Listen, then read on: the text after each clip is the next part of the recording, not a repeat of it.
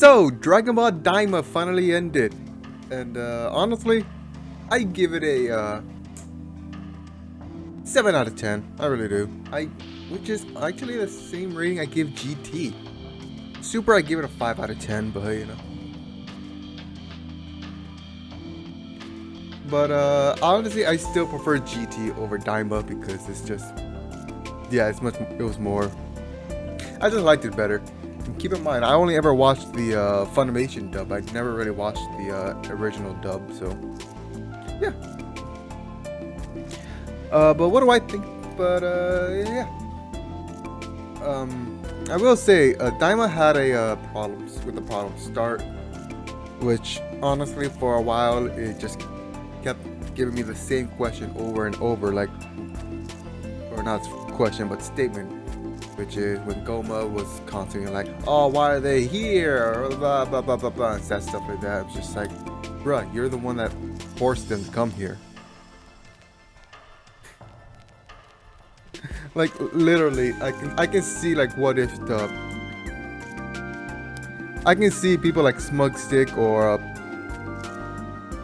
Salad Saiyan making a short, which is just basically like, what if Goma did nothing, and it's just, you know, that is, of course, if he, but obviously that type of what if we just change the antagonist to what's her face,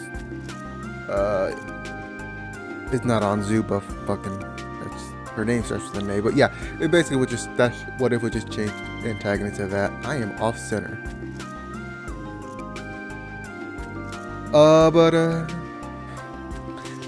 But yeah, it was honestly that statement that just kept popping up whenever Goma was asked why are they here. Daima had it took a while for Daima to keep my attention, and honestly, I don't blame people who lost their attention because of it, because it wasn't something that gripped your attention. Unlike with GT, like for example with GT, even though it had the same start of Goku being turned into a kid and trying to retrieve the Dragon Ball, the fact that GT had a basic underlying conflict before Baby came in was honestly something I think could have kept your attention, even if the other stuff was just like bleh. Like, I believe that the time limit was something that would have kept people's attention.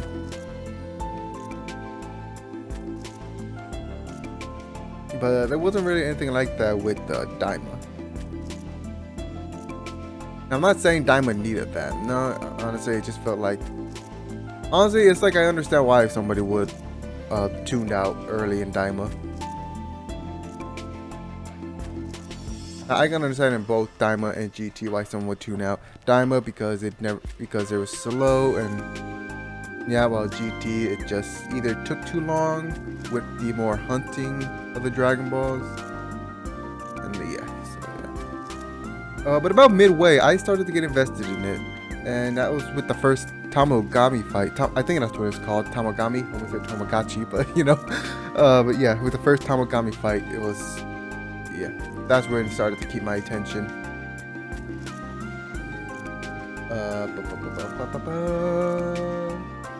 Yeah, besides that, to get my attention, it was still normal.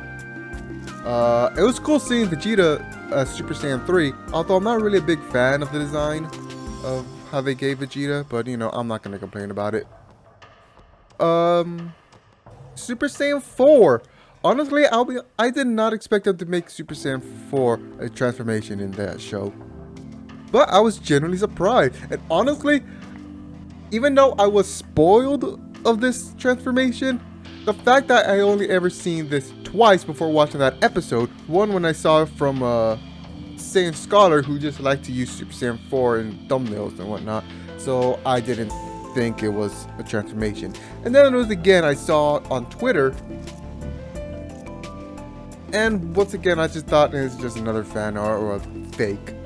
But when I actually saw the transformation happening, I was genuinely surprised. I did not expect it. Like, the day that it happened, I honestly legit was having a panic attack from work. I had a panic attack from work. I had it twice. And for those who have panic attacks, if you don't find a way to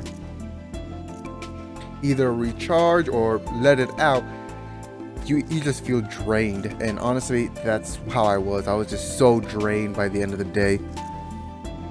And it was on Valentine's Day, by the way.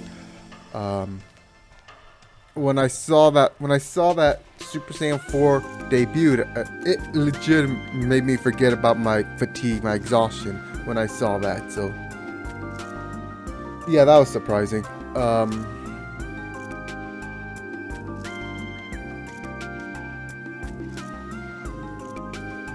And seeing a Red Shenron or Porunga was honestly pretty cool as well. Nice little nod to Red Shenron from the start of GT.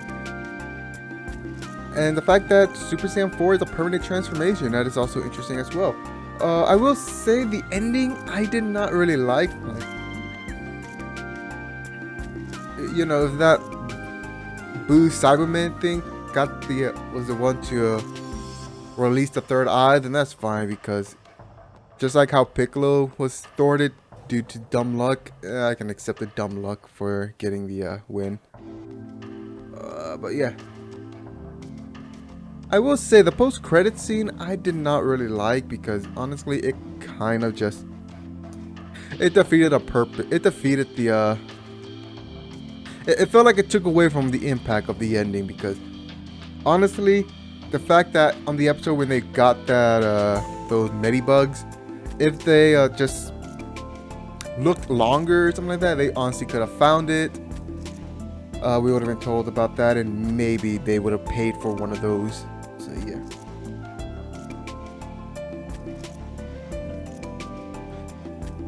But yeah,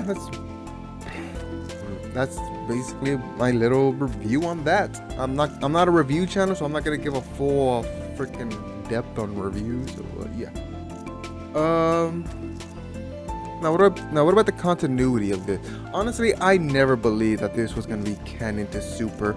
I've seen so many people, and I say so many, I mean almost everybody was saying that this was canon to Super, just because this takes place before Super. But I never saw that. Honestly, this is the same argument of saying Super is canon to GT, because Super takes place before GT. That was the same logic people were doing with Daima. And honestly, I kept seeing so many fucking theories on how, you know, how Daima's gonna fit in Super, like. But I'm just like, there's no fucking way they're gonna be able to do that, because, you know, at the start of Daima, Kibito Kai was already separated. But in Super, they were still fused until the Universe 6 vs 7 tournament. So I have no idea why people kept saying that it was still canon, even with just that beginning. And that's not even bringing into the fact that they were saying that the reason Vegito defused was because of Majin Buu's magic, or the bad air, whatever one of those theories was. Even though in Super they said that it was a time limit. Like, I don't understand how people would just see those and think, oh, they're still canon and stuff like that. Now, if they were to have said this is what they thought, then yeah, possibility. And the fact that Kibito Kai were still unfused, you know, I could believe that maybe Kibito decided to come in to help, and they needed to fuse. So, and that's how they are back to being fused. And yeah, I could believe that. I could follow that. Granted, it would be fucking stupid, but still. And right, Super Saiyan 4. At first, I did not like how they revealed Super Saiyan 4, because it really made it look like that Goku was given Super Saiyan 4. Which honestly, it would make sense if Daima was connected to Super, then it makes sense, because transformation are always given in Super. Heyo. Anyways, but yeah, I would not have liked that. I do not like how it was perceived that way.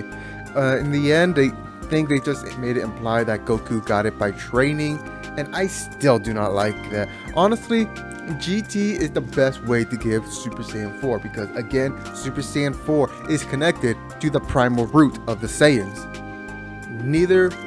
Nothing that would have been done in Super or in Daima would have been something to trigger Super Saiyan 4. Now, I did see something from Scholar Saiyan or Saiyan Scholar, who made a clickbaity thumbnail and title that said the Ozaru was a curse of the Saiyans, and honestly, I would not have liked that, but if that was the case, then honestly, I could totally have seen some Demon World explanation on how Goku could have gotten Super Saiyan 4. But yeah, either way, I would not have liked that because it still stomped all over what Dragon Ball and Z has done for the sake of this and yada yada yada.